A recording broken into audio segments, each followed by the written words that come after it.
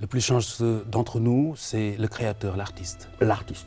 L'artiste est celui qui a compris en fait que la servitude, elle est première parce que simplement, elle est attachée à des besoins matériels. Alors que l'artiste, quand il crée, mais il crée au-delà du besoin matériel pour un besoin de spiritualité, pour un besoin de transcendance. C'est pourquoi, au fond, l'artiste ne travaille pas, il crée. Il faudrait faire en sorte qu'on s'élève à la hauteur de l'artiste pour faire du travail un moment de création.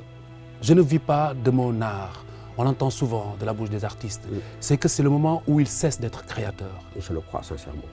Parce que la fonction économique, elle existe, parce qu'une œuvre d'art, elle peut nourrir son homme, mais c'est la fonction la plus vulgaire. Si on ne produit une œuvre d'art qu'en vue de satisfaire nos besoins les plus matériels, ça veut dire qu'on n'est plus sur le terrain de l'art. Les grands artistes, les grands orchestres, les grands groupes de ce monde-là, ils ont vécu pendant 20 ans, ils sont producteurs de 2 ou de 3, mais de 2 ou de 3 œuvres, mais des chefs-d'œuvre qui restent gravés éternellement dans la mémoire des hommes. Ça veut dire que leur production n'a pas été commandée par des besoins matériels, mais ils ont produit parce qu'ils avaient quelque chose dans le ventre, et quand ils l'ont sorti, ça a porté la marque de leur génie et de leur originalité.